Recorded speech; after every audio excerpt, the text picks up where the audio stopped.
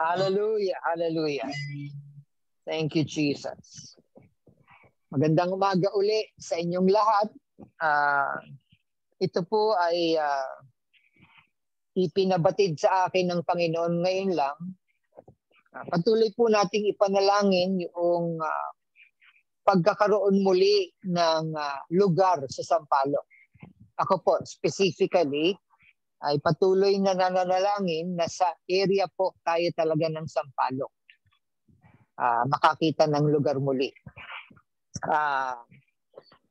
Pangalawa ay medyo mabigat itong aking sasabihin, pero aking pong kinikilala na ito ay galing sa Panginoon. Purihin ng Diyos. Ako ba ay malinaw ang aking audio, ang aking pagsasalita, wala pong paputol-putol. Kasi kanina medyo may hamon tayo, no, sa okay naman po. May hamon tayo kanina sa prayer, tapos kanina sa pananambahan, ganun din, paputol-putol.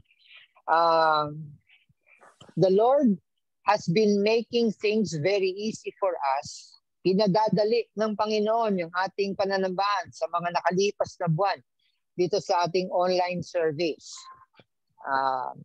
Paalala lang ng Panginoon, maari nating i-take for granted itong ating online service. In a way, God is giving a warning for us today. Do not neglect. Wag nating pababayaan. At higit sa lahat ay wag natin kung gagamitin ko yung salitang, wag nating sayangin itong pananambahan online. Madali po na sa online ay marami tayong baliwalain. Marami tayong hindi nagagawa sa online na hindi natin nagagawa sa ating face-to-face services. Okay? Hindi ko naman kayo pipilitin, pero pwede kayong mag-off cam.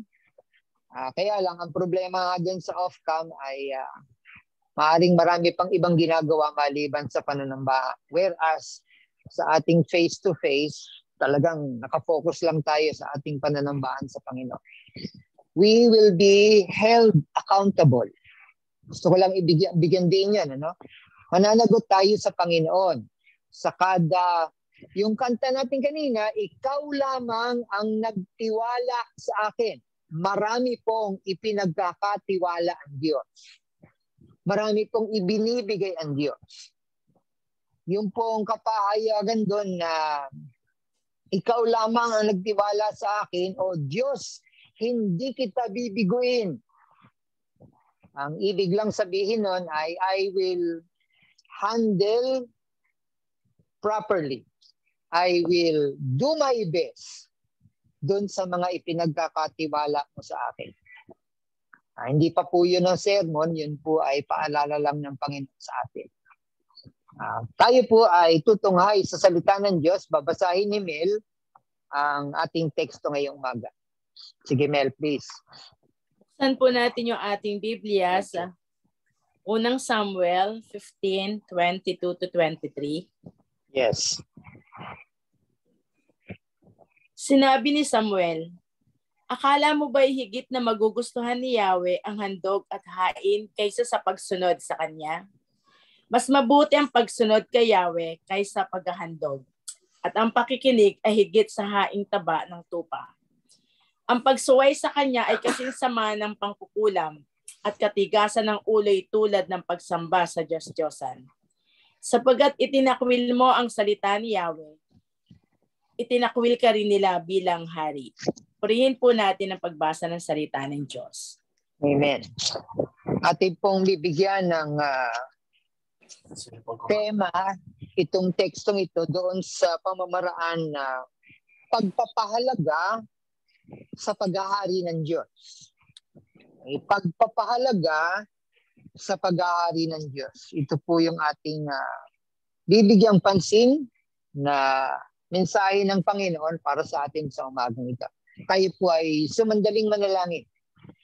Mabuti at mapagpala naming Diyos, salamat pong muli sa iyong gagawin at ginagawang pag-abot sa amin muli sa umagang ito. Salamat, Panginoon, na kaya mo na abutin ang bawat isa at bawat kalagayan ngayong umaga. Purihin ang iyong pangalan at muling maghihimala ka na ang iyong iisang salita ay lalapat sa iba't iba naming mga kalagayan, iba't iba naming mga sitwasyon, Panginoon. At dalangin kong manaig ang iyong banal na espiritu sa hindi lamang paghahatid ng mensahe, kundi pagbibigay sa amin ng kapangyarihan para ito ay maisapamuhay. Empower us, O God, through your word. At dalangin namin, Panginoon, guide us as we hear your word and empower us as we live our lives according to your word. Salamat, Panginoon, sa pagkakataong itong muli sa pangalan ni Kristo Jesus. Amen. Subukan po ninyong kwentahin. Subukan lang kwentahin, ano? Ilang sermon na ba ang inyong narinig? Subukan nyo lang kwentahin. Magbigay kayo ng rough estimate. Kung halimbawa ako yung tatanungin, ako siguro ay nakarinig na ng, tansya ko lang ito, mahigit kumulang 10,000 mensahe. Baka mas higit pa. Kasi kung halimbawa, ilan bang Sunday sa isang taon? Okay? Iba pa yung midweek service. Iba pa yung Bible study. Iba pa yung kung ikaw ay merong habit na ikaw ay madalas magpunta sa YouTube at ang isang mong pinakikinggan ay halimbawa noong mga panahon, si Jimmy Swaggart. Yan. Yung kung dati pinakikinggan mo pa si Charles Swindoll, yan ang mga uso nung araw no? Na very inspiring ang mga salita. Ilang beses na kaya tayo nakapakinig ng mensahe ng Diyos? So, meron kaya sa inyong tataas pa doon sa 10,000? Kasi sa akin parang baka mamaya magulat ako kung kakausapin ako ng Panginoon, sasabihin sa akin, ba't konti lang yung sinabi mo? Ulitin ko, hindi lang Sunday service ito.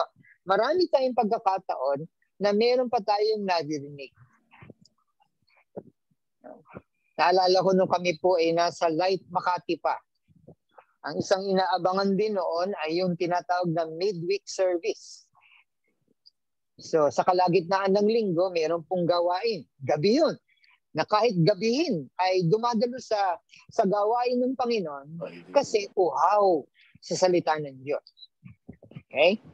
So kung marami ng pagkakataon, ang dapat ding maging obserbasyon ay ganito. Meron tayong kasabihan sa Tagalog, nakikinig ka ba o narinig mo lang? Yan. Magkaiba yun. Iba yung narinig doon sa nakikinig. Subukan natin. Try to define. Subukan yung ipaliwanag, bigyan ng kahulugan, yung ano ba yung narinig at ano ba yung nakikinig. At kung tayo ay nakikinig, dapat siguro hindi lang ako pastor. Tama po ba? Kung halimbawa lahat tayo ay nakikinig at hindi yung narinig lang, marami na sigurong anak ang sampalok. Mag-i-exaggerate ako ng konti. Talagang siguro nagniningning na tayo lahat. Kagaya ni Moses.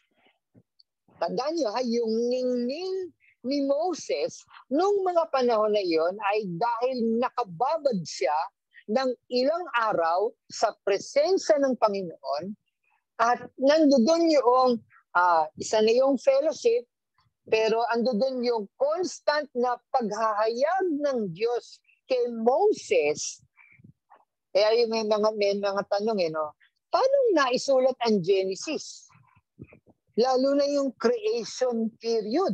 Wala pang tao nun. Yun po, according to Bible scholars, yung hindi lang 10 Commandments ang ibinigay kay Moses sa Mount Sinai. Maraming ipinahayag ang Diyos at nag-note-taking ng husto si Moses. Pero ito yun, sa tagal ng panahon ni Moses, sa presensya ng Diyos ay lumabas siya na nasisilaw ang tao sa ningning ni Moses dahil doon sa panahon na siya ay nakinig ng husto sa Panginoon. Kung libo-libo na yung ating napakinggang mensahe ng Panginoon, ano na nangyari sa atin?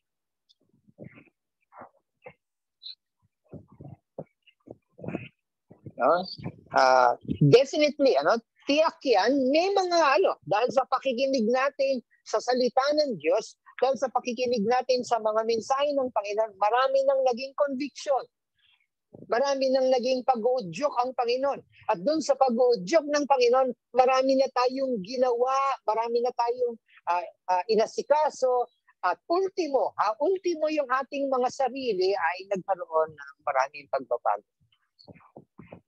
No? Pero ito hindi sa pa man, pero gusto ko lang isipin natin ito. Kung ang ratio, kung ang sukat ay ganito yung dami ng kapahayagan ng Diyos. Okay?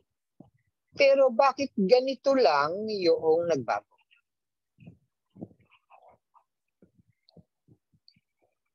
Ulitin ko, yung ratio, yung sukat.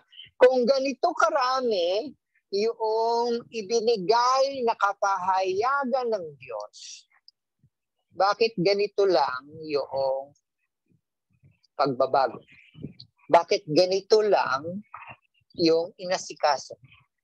Bakit ganito lang yung pagkakataong sinunod yung sinabi ng Panginoon? Gaya po ng tekstong ating tatalakayin ngayong umaga, may kinaalaman yan doon sa narinig at saka nakikinig.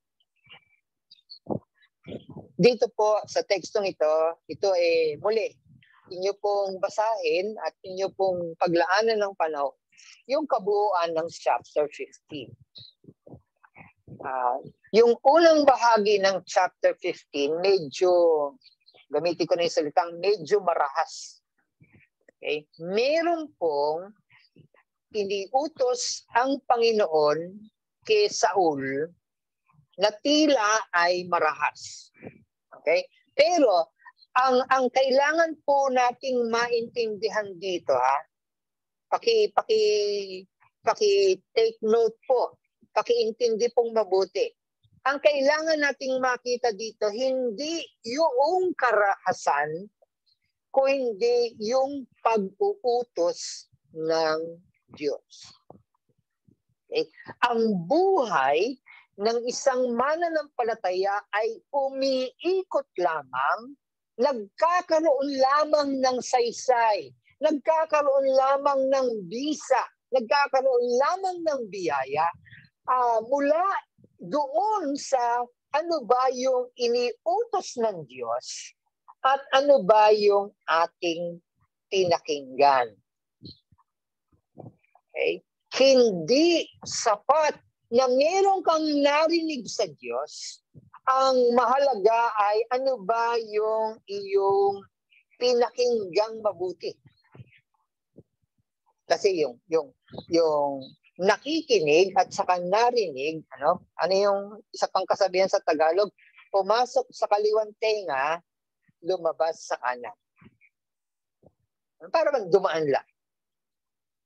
Okay? Kasi imagine, how many church members should have served the Lord more than what they are doing kung nakikinig sila sa Panginoon. Kaya nga ang aking pasakali kanina, dapat marami na tayong pastor. Dito ay nag-utos ang Panginoon. Tandaan nyo, hindi po yung karahasan ang binibigyang diin ng teksto.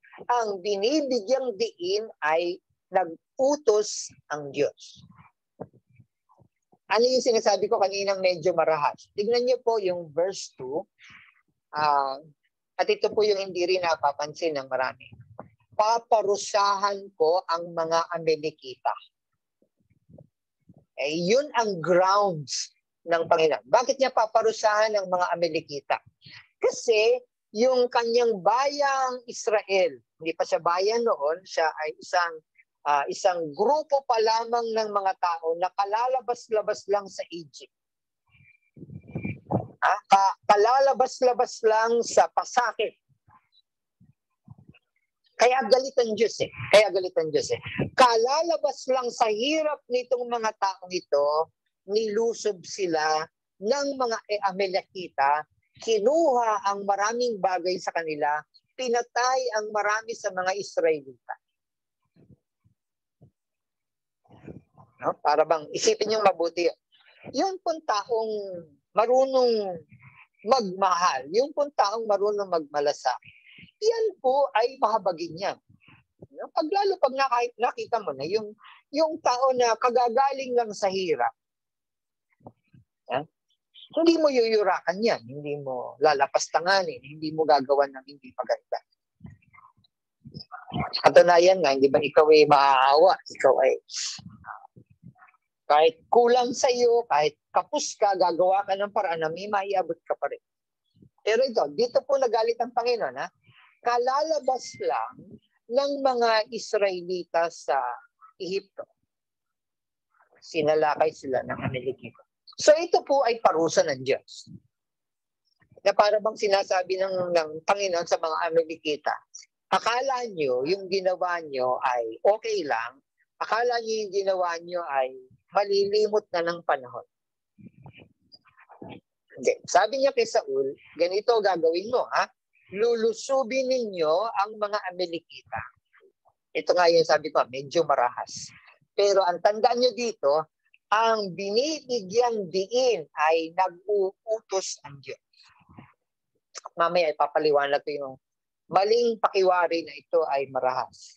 Sabi ng Panginoon doon sa verse 2, pag sinugod nyo sila, wag nyong ililigtas, wag ninyong ititira. Lulupigin nyo lahat. Wala kayong ititira. Wala kayong ititirang mga lalaki at babae. Put to death, ang sabi po sa English translation. Papatayin ninyo ang bawat lalaki at babae. Ito medyo mabigat, mga bata. Sabi dito ay mga sanggol. Nung una ko ring makita itong ganitong mga kapahayagan sa Biblia, sabi ko, wow, bigat nito. Okay? Lahat ng alagang hayop, baka man o tupa, mga kamelyo at mga asno, wala kayong ititira. Okay? Parang ang analogy din po dyan, pagkasalanan, wala kang ititira. Lulupigin mo ito. Tatalikuran mo ito. Yun po ang concept dito ng Panginoon. Itong mga taong ito ay hindi lang marahas. Itong mga taong ito ay masama, mga sumasamba sa Diyos-Diyosan. Yun po ang context ng araw, Lahat na, kasi itong ginagawa nila sa Israel, gusto ko maintindihan nyo, ginagawa rin nila ito sa kanilang sarili. Papatay ng sarili nilang anak para ihandog doon sa kanilang mga Diyos-Diyosan. Lalapastanganin yung sarili nilang mga anak Lalapastanganin yung sarili nilang mga pamilya kasi yun yung kanilang kaugalian. Ang sinasabi ng Panginoon dito ay ayoko na itong mga taong ito ay magpatuloy doon sa kanilang maling gawain. Lalo pa kung sila ay makakahawa sa inyo. Pero uulitin ko ang binibigyang diin dito ay inutusan si Saul. Yun ang binibigyang diin. Ngayon, ganyan din ang argument natin. Ano? Ang hirap naman ang pinagagawa ni Lord. Yan.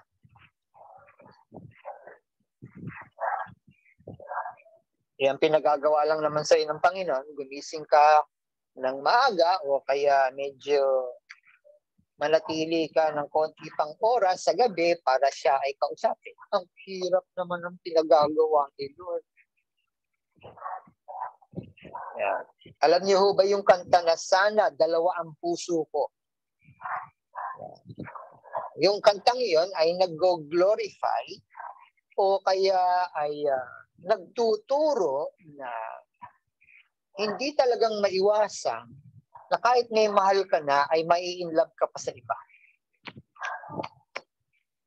O kaya, ito, sa mga kabataan, na-inlove ka sa hindi Christian. Sabi ni Lord, do not be equally yoked with an unbeliever. Anong sagot ng Kristiyano? Ang hirap naman ang pinagagawa ni Lord. Kaya mayroon pong mga lumalabas sa Facebook ngayon, yung mga Christian na posting. Ang sabi doon ay, simula nung ikaw ay kinilig, hindi ka na marunong makinig. Poetic pa, no? Simula nung matuto kang kiligin, hindi ka na marunong makinig. Ang hirap naman ang pinagagawa nila. Again, yung pong utos ng Panginoon dito ay may kinaalaman doon sa hindi ko gusto na makontaminate pa ang mga Israelita. Hindi ko gusto na yung aking bayan ay pagsasamantalahan. Hindi ko gusto na yung aking mga anak ay pahihirapan o bibigyan ng mga bagay na masama. Kaya inutos ng Panginoon kay Saul, at ipunin mo ang hukbo ng Israel, lupigin ninyo, wala kayong ititirang Amalekita. Kaya lang, naging matagumpay yung kanilang paglusob, naging matagumpay yung kanilang pagsalakay. Kaya lang, sabi ni Saul at sabi ng kanyang mga hukbo, wag natin patayin si Agag. Si Agag ay yung pong hari ng mga Amalekita. Tapos nakita nila, maganda yung livestock ni Agag. Maganda yung mga alagang hayop. Sabi ng mga commander, Sir, ang gaganda ng mga kahayupan nila. Kunin natin, Sir, yung mga kahayupan nila. Sa mampakinggan, pero basically, yun po ang ginawa nila. Ngayon, I want you to understand this. Gusto ko pong maintindihan natin ito. Ito yung utos ng Diyos. Yung mga magulang dyan. Ano yung feeling na inutusan ninyo yung anak ninyo? Iba ang ginawa. O kaya, totally hindi pinakinggan yung sinabi ng magulang. Yun po yung naging kalagayan dito sa tekstong ito. This was the command of the Lord.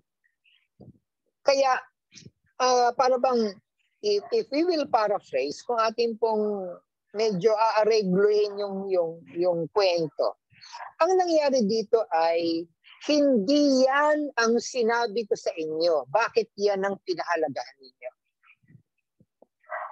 Bakit yung mga bagay na yan, ang pinahalagahan ninyo, hindi yung aking sinabi, hindi yung aking iniutos sa inyo. Yun ang. Yun ang very disappointing. Ito na siguro yung pangalawang pagkakataon na talagang para bang sinabi ng Panginoon, kwento niya ito kay Samuel, nalulungkot ako dahil sa aking hinirang na hari na si Saul. At nagsinungaling pa dito si Saul. Sumugod si Samuel sa kanya at sinabi niya, ano itong ginawa mo?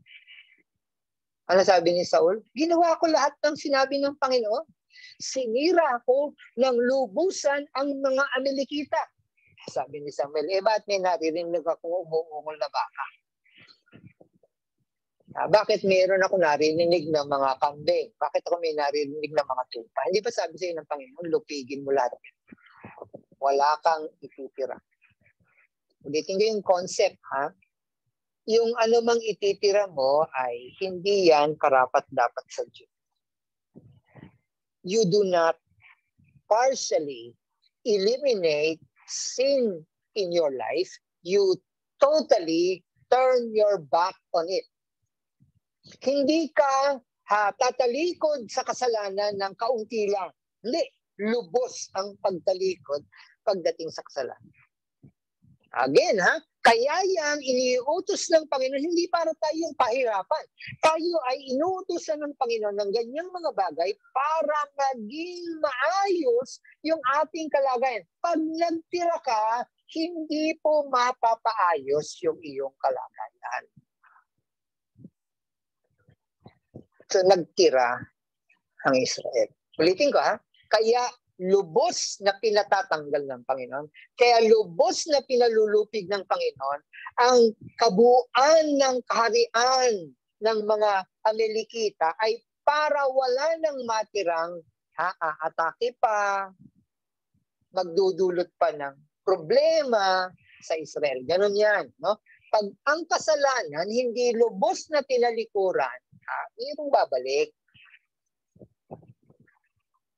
Ngayon, yung verses 22 and 23, yan yung famous verses na ang kapahayagan dyan ay obedience is better than sacrifice. Ang pagsunod ay mas mainam kaysa sa paghahandog. Ayun. Ilalapat natin yan sa kalagayan natin. Walang kwenta ang faithfulness natin sa ating ikapo at kaloob. Walang kwenta. Pasensya na sa medyo parang marahas na kapahayan. Walang kwenta yung ating pagdalo o pag-i-effort. Ito, ang effort natin sa online ay bibili pa tayo ng internet o kaya kukonekta pa tayo sa internet. Nag-effort ako, Lord, Nag-effort ako, Lord. Walang kwenta ang anumang effort kapag ang Panginoon ay hindi pinakikinggan. Pag hindi po sumusunod. Tandaan niyo po, ito po yung aking emphasis ngayong umaga. Ang obedience po ay two parts. Ang pagsunod sa Panginoon ay nahahati po sa dalawang bagay. Yung una ay hearing. Nakikinig o pinakikinggan. Natatandaan niyo po ba yung ating huling tinalakay doon sa Psalm 37? Yung delight yourself. Ang ibig sabihin nun ay dumudukwang ka para lalo mong marinig. Nag-e-effort ka, gagawa ka talaga ng paraan para ikaw ay makinig ng gusto. Meron pong dalawang magkaibigan, umattend ng isang komperensya. Mahalaga yung komperensyang yun. Tapos, habang sila'y nakikinig ng komperensya, nag-comment itong isa. Sabi niya, parang ang hirap yatang gawin. Sabi ka agad, nung habang nagko-comment pa lang siya, pinaririnig niya yung comment niya doon sa katabi niya. Ang sabi ng katabi niya, wag ka maingay, nakikinig ako.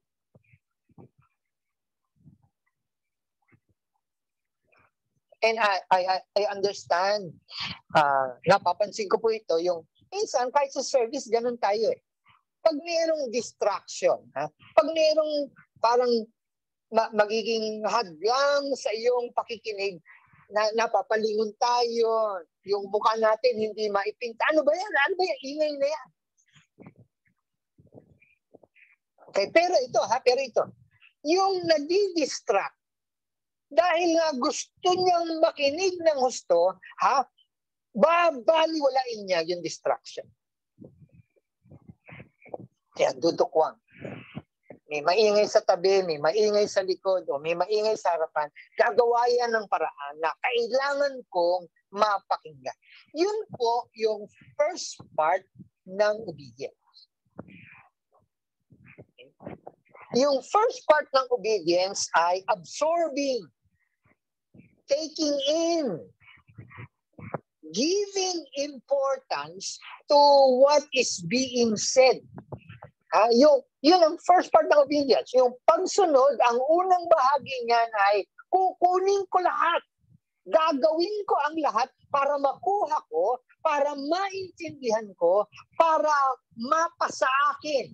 Yung salitang yan. Para mapasa akin yung ipinapahayag.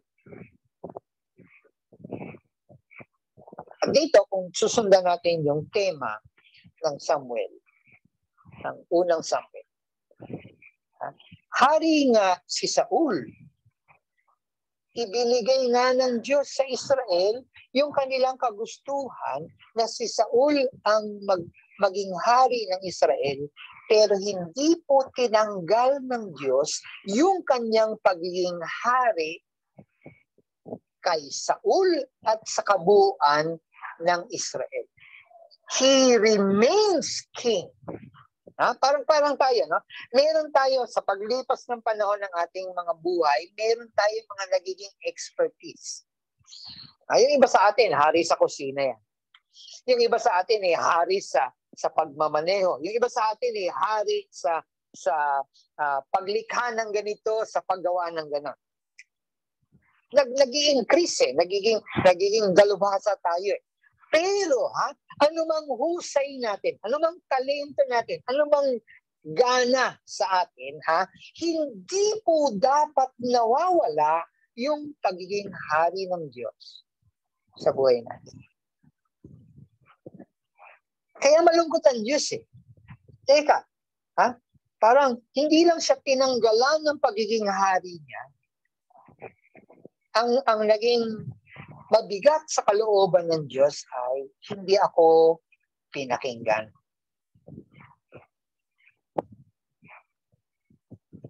Hindi pinahalagahan yung aking sinasabi. Ngayon, babalik ako dun sa medyo marahas na utos ng Diyos. Ang buhay ng isang mananampalataya, ang gagana sa buhay ng isang mananampalataya, salita ng Diyos. Pag hindi yan salita ng Diyos, binabaliwala yan. Pag hindi yan salita ng Diyos, kung hindi yan galing sa Panginoon, at tiyakin niyo lang kung sasabihin niyo sa akin na galing sa Diyos yan, tiyakin niyo makikita yan sa kanyang salita. Maraming Kristiyanong ganyan. Sabi kasi ni Lord pero kung titignan mo mabuti at pag-aaralan mo mabuti, yung sinasabi ng taong yun na galing sa Lord, hindi galing talaga sa Lord. Kinakasangkapan niya lang ang Diyos. Merong isang lalaking nagbiro sa akin na nakakatawa pero pag pinag-isipan mong mabuti ay hindi maganda. Hindi tama. Sabi niya, bakit si Abraham maraming asawa? O pinagpala pa rin siya ng Diyos. Pero ang tinatutukoy niya talaga ay okay lang mag-asawa ng marami. Okay. Totoo, maraming asawa si Abraham, pero hindi sinasabi ng Panginoon ngayon niya na mag-asawa tayo ng marami. Intindihan niyo po yung sinasabi ko. Yung ibang mga Kristiyano, minamanipula ang salita ng Diyos at pinalilitaw, inuutusan sila ng Panginoon.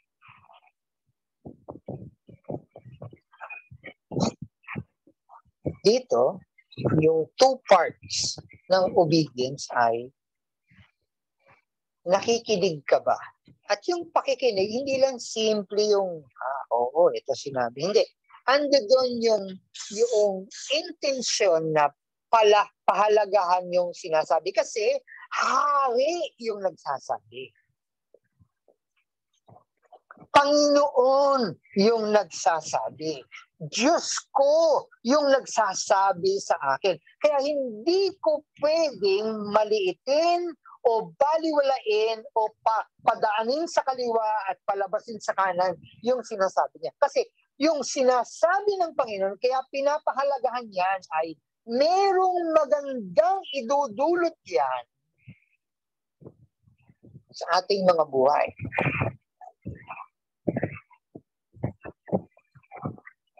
Hindi po authoritarian lang ang Diyos. Hoy, makinig kayo. Pag hindi kayo nakinig, lagot kayo sa akin.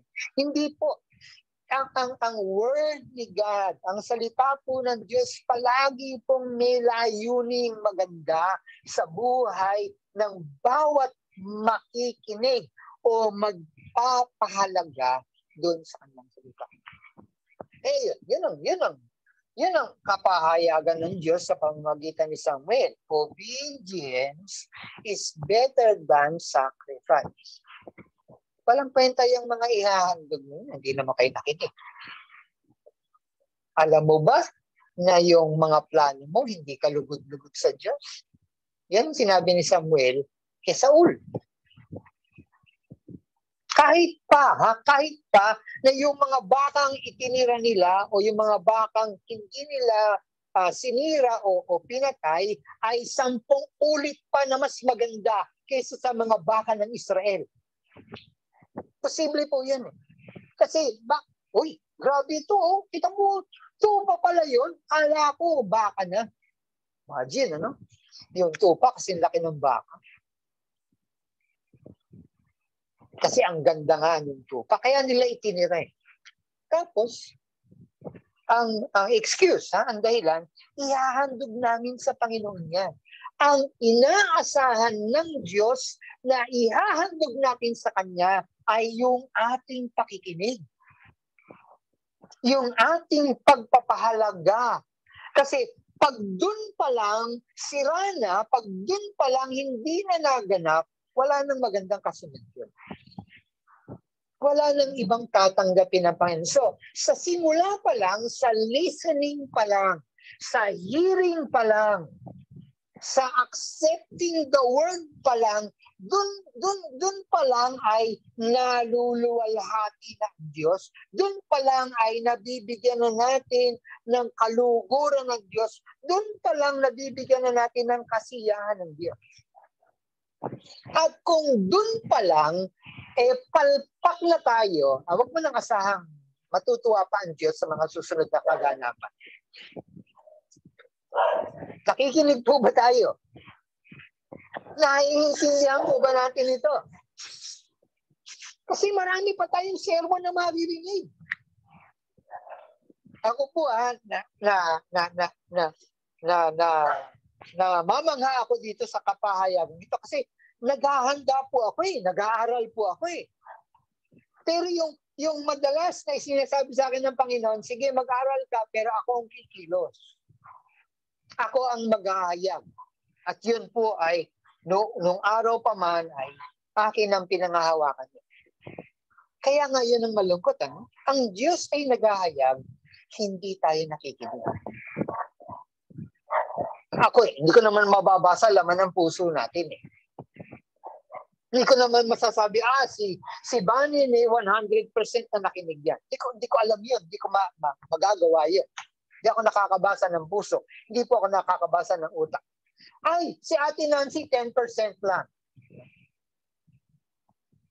Pag ginawa ko yun, judgmental ako. Pero ang Panginoon, wala po tayong maikukubli, wala tayong maitatago, pwede tayong mag-itsurang nakikinig, pero ang Diyos, sa umpisa pa lang, alam niya na. At ito, totoo ito kay Samuel, kay Saul. Bago pa man niya itira si Agag, bago pa niya itira yung mga baka, yung mga tupa, nakita na ng Diyos na, ay, narinig lang ako pero hindi naman nakinig talaga. The first part is always the most important part. Pero mahalaga rin yung kasunod. Ano yung kasunod? Hindi ka lang makikinig, ikaw din ay gagawa. Kasi sayang yung napakinggan kung walang paggawa. Yun po yung kabuuan ng obedience. Ulitin ko 2 parts ng obedience. Nakikinig.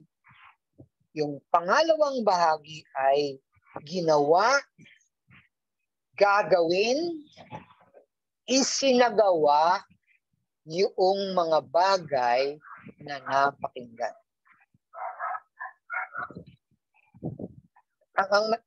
Ngayon po, naglalaro po sa isip ko. Ang mahirap mo, pagpaumanhin niyo yung aking pagiging graphical dito, no? Yung aking pagiging marahas din sa pagpapaliwanag. Pinatay mo yung bata, yung tupa, hindi mo pinatay. Parang, oo nga, no? Sarap mong batukan. Yung bata, pinatay mo ng walang awa, tas naawa ka sa tupa. Yung mag-asawa, pinatay mo. Yung baka, hindi mo pinatay. Naintindihan niyo po yung sinasabi ko? Yun yung follow through. Yun yung meron akong narinig, sabi ng Panginoon, wala kang ititira. So ang actions mo ay hindi malayo o kaya yung actions mo dapat eksakto doon sa sinabi. So hindi na nakinig, siyempre, hindi nakinig, di mali ang action. Diba? Hindi nga nakinig. Ano pang aasahan mong maging action? And this is why Christians. Kaya nga ako, personal lang po ito. Personal lang po ito. Mas gugustuhin ko pang sabihin yung mananampalataya kaysa sa salitang Kristiyano. Maraming Kristiyano. I'm sorry. Akin lang ito. Maraming Kristiyano, kokonti ang mga mananampalataya.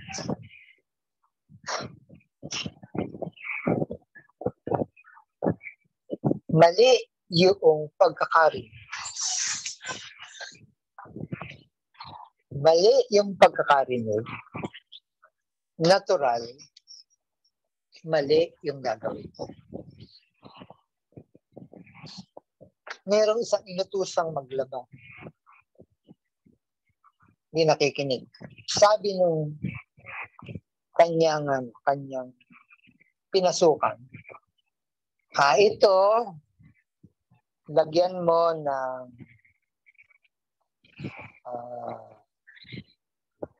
ano yung Sondrox?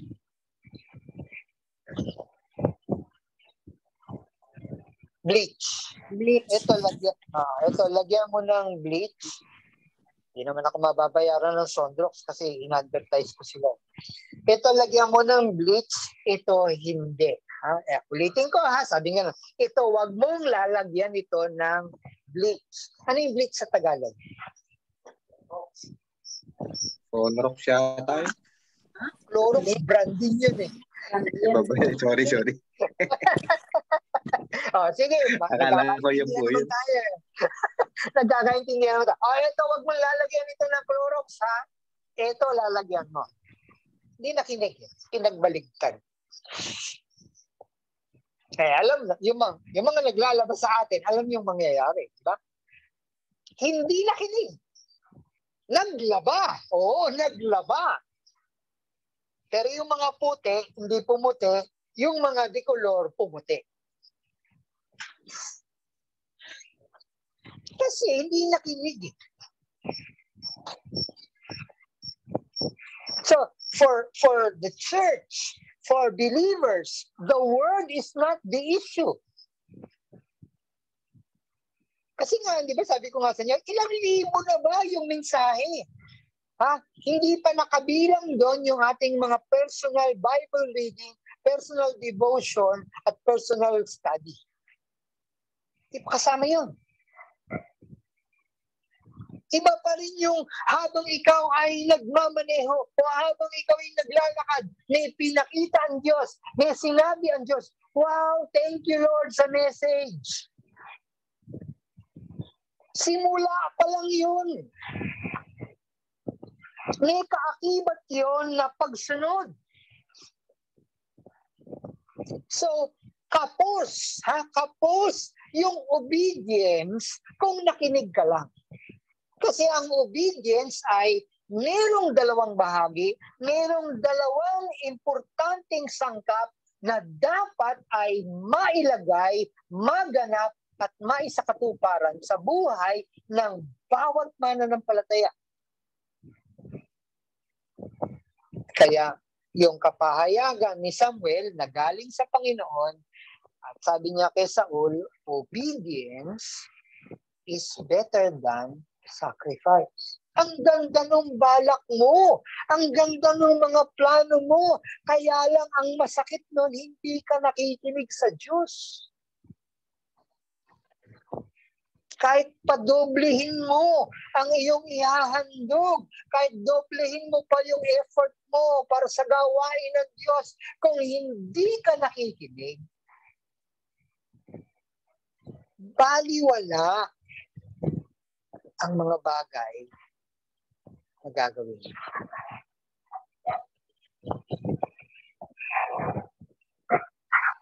Pakinggan po natin itong kwentong ito at dito na ako magtatapos. Merong isang mahusay na manggagawa na namamasukan. Isa siyang construction worker. Contractor na namamasukan sa isang magandang kumpanya. Kinausap siya nung boss niya. Sabi niya, malapit na akong magretiro. Meron akong isang project na gustong ipagawa sa iyo. Sabi nung nag-utos sa kanya, gusto ko asikasuhin mong mabuti itong project na to. At gaya ng marami mo ng project na ginawa sa akin, husayan mo. Kasi alam ko mahusay ka. Pakihusayan mo itong project na to. Sabi nung contractor, sir, ano po ba yung gagawin ko? Gusto kong igawa mo ako ng bahay. O sige sir, gagawa tayo ng bahay.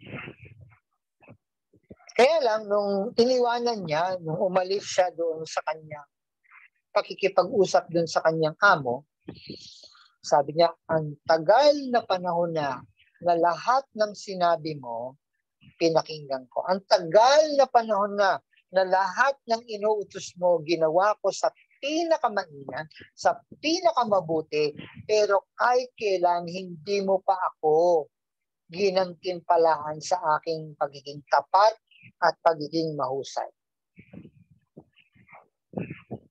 Kaya sinimulan niya yung pagtatayo ng bahay. Kaya lang, dahil nga, yung sentimentong yon ang kanyang inalagaan. Imbis na yung bakal ay kasing laki nito, ang nilagay niyang mga bakal ay kasing laki nito. So, mas maliit doon sa standard. Imbis na ang kada poste, ano lang ito ha, rough estimate, di po kontraktor si pastor. Kung kada poste ng bahay ay dapat 5 sako ng simento, ang ginawa niya ay 3 lang. So sa madalit salita, lahat nung ginawa niya ay hindi niya hinusaya. So nakinig siya, gawa mo ako ng bahay, tayo mo ako ng bahay. Ginawa niya. Pero yung pamamaraan ng paggawa ay hindi maayos. Nung matapos yung bahay, i-present niya doon sa kanyang amo yung bahay. Sabi niya, sir, okay na, tapos na. Pakitignan niyo nga po. Oh, maganda, maganda, sabi ng kanyang amo. Tinanong siya nung nagtrabaho, sabi niya, sir, parang para kanina ba itong bahay na ito? Sabi niya, sabi ng amo niya, dahil mabuti kang manggagawa. Lahat ng inutos ko sa iyo, sinunod mo. Lahat ng projects natin naging maganda ang resulta. Itong bahay na ito ay ang aking gantimpala sa iyo bilang mabuti kong manggagawa.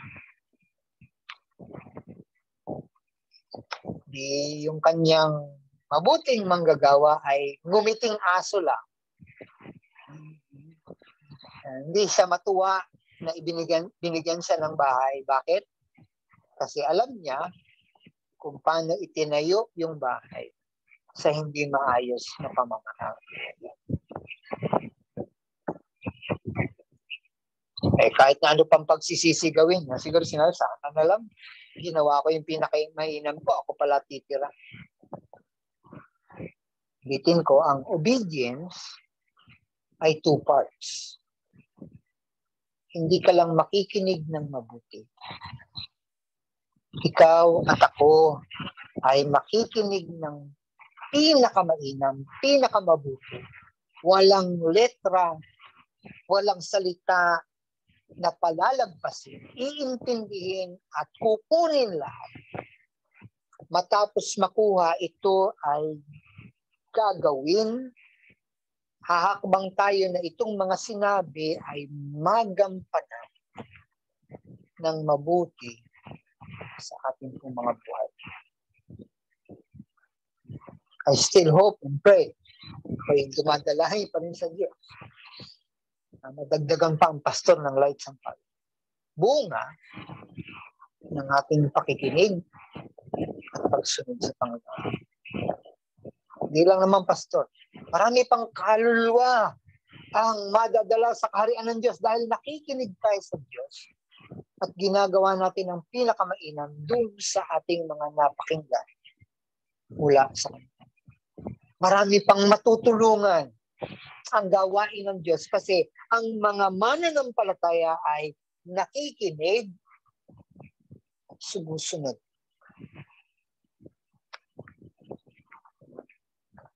That the word of the Lord dwell in us richly. Nawa ang salita ng Diyos ay tunay ngang managana sa buhay ng bawat isa sa atin. Kamusta ang inyong pakikinig? Kakambal ng inyong paggawa. Tayo kay manalangin.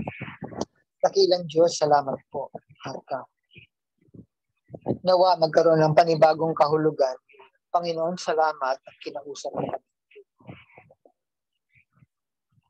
Magkaroon ng panibagong pag-uudyok ang iyong banal na espiritu doon sa mga katagang. Panginoon, salamat at kinausap mo kami. Ang aming dalangin ngayon sa iyong pakikipag-ugnayan sa amin. Hindi lang ngayong linggo. Marami kang ginagawang pag-abot, paghahatid ng iyong mensahe, ng iyong salita sa aming mga buhay. Lord, sa pangalan ni Kristo Jesus, ayusin mo, Panginoon, aming mga isipan. Ayusin mo nga po, Panginoon, ang aming mga puso, Diyos. Upang sa ganon, kami ay matutong sumunod sa iyo. Ngayong aming pagsunod, ang nilalaman talaga nito ay nakikinig kami at gagawin namin ang pinakamainam doon sa aming napakinggan mula sa iyo. Continue, O Lord, to renew us. Patuloy ka nga pong kumilos para sa aming pagbabago. Patawarin mo kami doon sa mga pagkakataon na para bang pinapasok namin sa kaliwang tenga namin ang iyong salita tapos pinalalabas lamang sa kanan. Lord, tulungan mo kami na ito ay pangalagaan namin, Kristo. At Lord, sa pangalan ni Kristo Jesus, ngayon, bagamat iisang mensahe, mangusap ka sa isang personal na paraan sa bawat isang anak mo, Panginoon. At talahin ko, Panginoon, ang pagsunod na magbibigay sa iyo ng kaliguran sa bawat isa sa amin.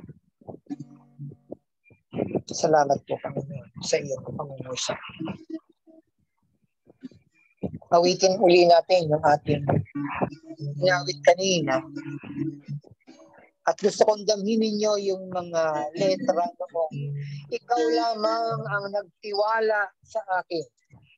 O Diyos, hindi kita bibiguin. Sambahin natin ang Panginoon.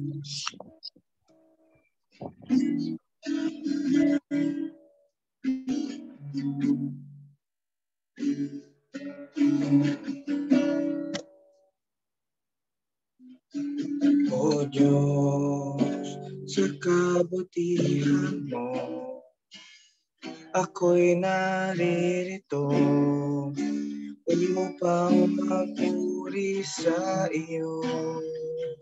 O Diyos, sa kabanalan mo, nalulugod ako.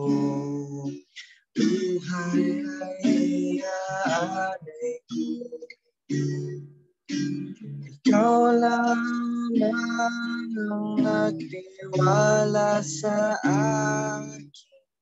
O Diyos, di kita bibiguin. Ikaw lamang ang nagtiwala sa akin. O Diyos, di kita bibiguin. Ikaw lamang ang nagtiwala sa akin. O Diyos, di kita bibiguin. Nagtatapat sa iyo, maglilingkod ako. Magtatapat sa iyo, maglilingkod ako. Magtatapat sa iyo, maglilingkod ako.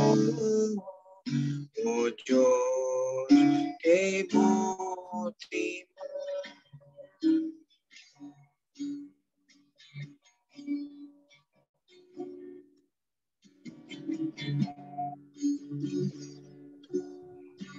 Ilang mga bagay aking pong hihilingin na gawin natin sa mga sandaling ito. Mananalangin po tayo. Yung unang ipapanalangin ay, Panginoon, pag-utusan po ninyo ako. I want you to offer your hearts, your very self to the Lord. And listen. Ihandog po natin ang ating buhay sa Panginoon at makinig kung ano ang nais niya para sa atin. Ulitin ko, yung unang panalangin ay, Panginoon, pag-utusan po ninyo. Pangalawa, pakipanalangin po yung ilang mga may sakit sa Light of the World. Si Pastor Joey Hipolito na operahan na. Successful naman daw yung operasyon sa puso niya, pero patuloy nating ipag-pray na yung inopera ay tunay na maging maayos na yung takbo ng kanyang puso. Pangalawa, pag-pray po ninyo si Sister Dinya. Meron din pong tatanggalin na mga bukol sa kanyang tagiliran. Pag-pray po natin na ito ay hindi cancer. Sino po, Pastor? Sister Dinya Safra, asawa po ni Pastor Jojo Safra. Iya po. Dinya. Ninya. D P-I, linya. Opo. Tapos pakipag-pray niya rin po si Sister Feli Stuart. Meron din nakuha ang bukol sa kanyang dibdib at naghihintay ng biopsy. Pag-pray natin na hindi po ito cancer. Tuloy niya rin pong ipag-pray si Sister Cathy Vihilla. Siya po ay tinutulungan ng Panginoon na hindi po mag-dialysis. Medyo mahina na yung kanyang kidney, pero tinutulungan siya ng Panginoon na wag mo na mag-dialysis. Pangatlo, ipag-pray po natin ang ating mga kapatiran. Ulitin ko una, pag-pray natin yung Panginoon, pag-utusan po ninyo ako. Pangalawa, ipag-pray po natin yung mga may sakit sa Light of the World. Pakidagdag po na wala na rin pong makitang cancer ni Teacher Beth. Kasi meron pa kaming hinihintay na isang biopsy, yung kinuhang mga bukol sa kanyang kilikid. Panalangin namin, samahan nyo kami, na ito po ay hindi po cancer. Sige po, tayo po yung manalangin. Panalangin ng sarili, panalangin yung mga may sakit, tapos panalangin natin yung ating mga kapatid. Sige po, let us start praying. Pray for this item. Sige po, start praying.